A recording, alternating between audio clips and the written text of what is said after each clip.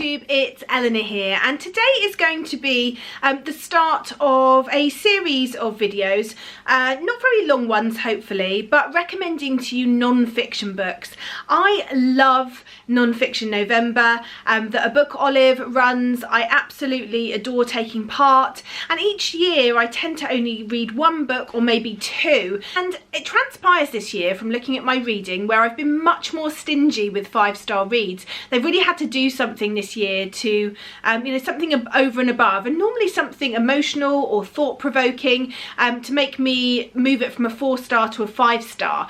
And it's turned out that non-fiction has been the most important in my life this year, I suppose. It's been the books that I've given 5 stars the most to, and so I really want to share some of those books with you, and I thought what better way to do it than to do it on the run up to non-fiction November, to maybe give you some ideas of books you might want to pick.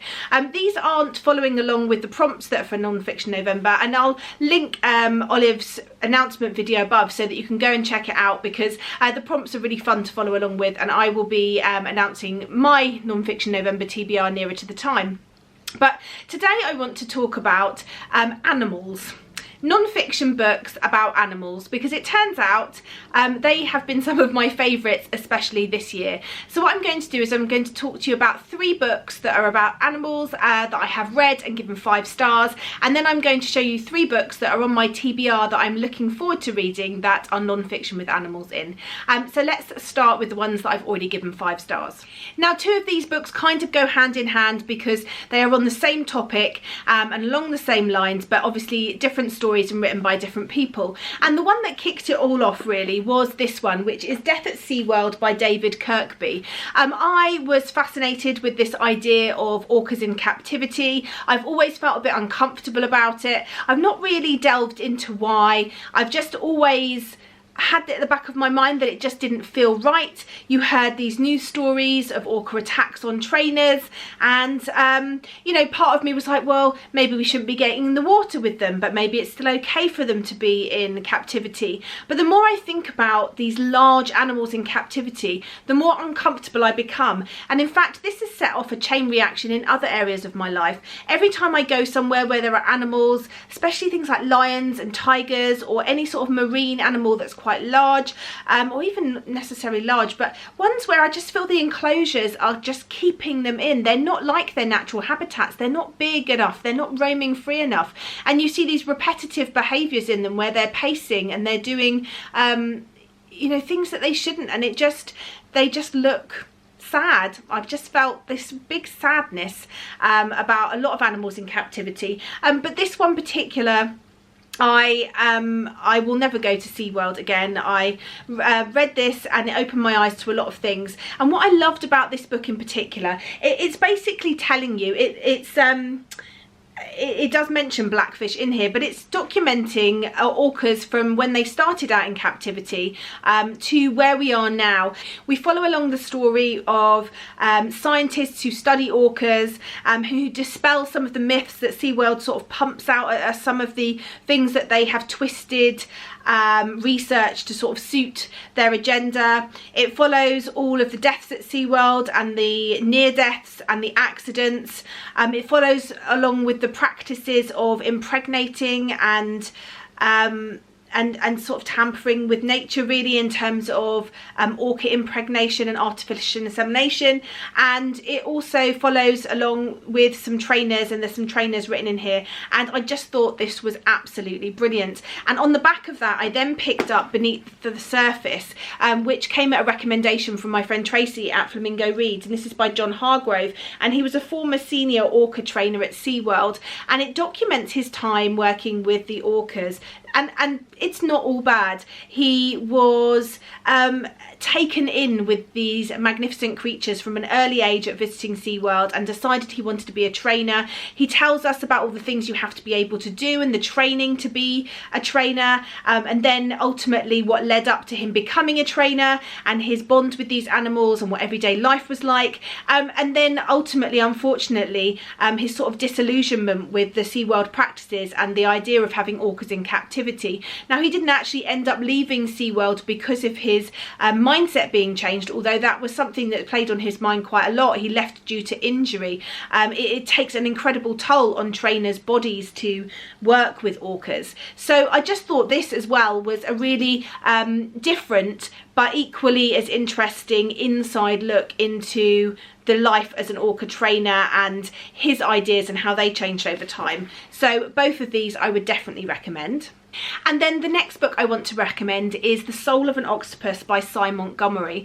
This one I just found fascinating. I can't say that the octopus is necessarily a creature that I would be drawn to. If I went to a sea life centre, it wouldn't be the octopi that I would make a beeline for, but I truly was fascinated. Cy Montgomery's journalism in here is amazing. She totally immerses herself in this idea of finding out truly what the octopi are like. She goes to, now which aquarium is it? Does she visit loads?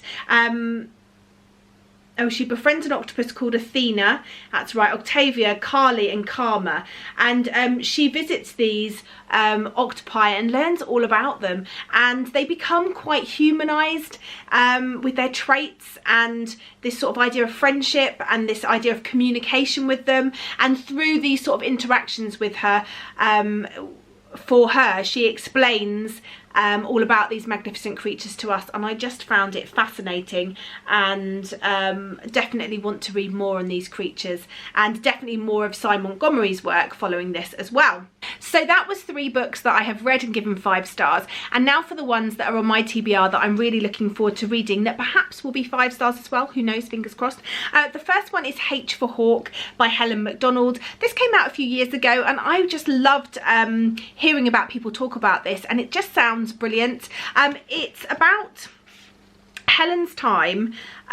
She wanted to become a falconer, and then her father died and she became obsessed with the idea of training this goshawk, and I think the training of this is really difficult, and it documents her time doing that, and I think obviously also looks at her overcoming grief and how this helped her to sort of come to terms with her father's death.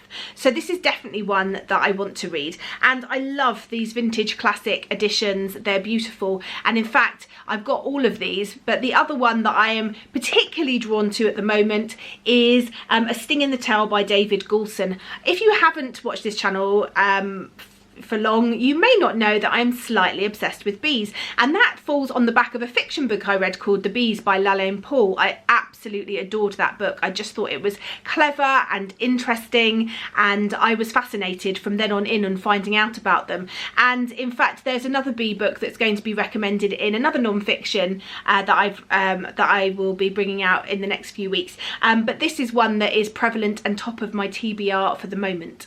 So this is about the short-haired bumblebee, and it's David's time being obsessed with these. I have read the very beginning of this already, and I had to stop for various reasons, but there is a slight discomfort in the start of this because his fascination with them started out with taxidermy and cutting them open and dissecting them as a young boy, which I don't like the idea of, but he has gone on to research and do a lot of research and is fascinated by these bees, and that were nearly wiped out, I think, by farmers in Kent. It says, once commonly found in the marshes of Kent, the short-haired bumblebee was driven to extinction in Britain by intense farming practices. So this is his research and passion, and talking about this reintroduction of them to their native land. So I definitely think that this one's going to be fascinating. And the next one is following on from that sort of Octopus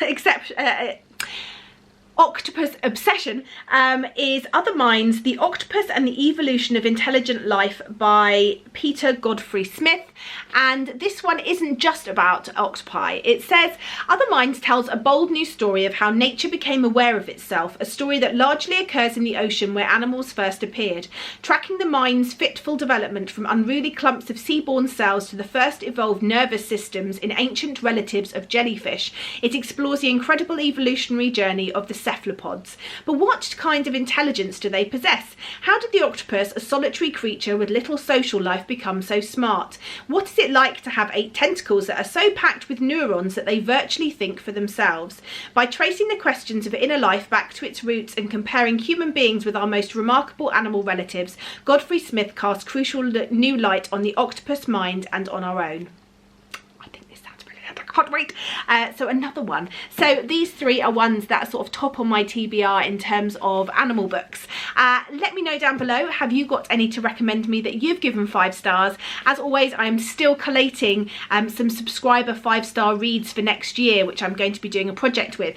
But I definitely recommend those ones at the beginning. I gave them all 5 stars. I thought they were brilliant. These 3 are going to be going on my list for some time soon. And keep an eye out for more videos. There should be another 2 or 3 coming out telling you about various different non-fiction. I think there's going to be one on death, one on memoirs, one on graphic novels. So as I say, keep your eyes peeled, and hopefully there'll be some more books for me to recommend you that you might like. Anyway, that's it from me. Bye for now, BookTube.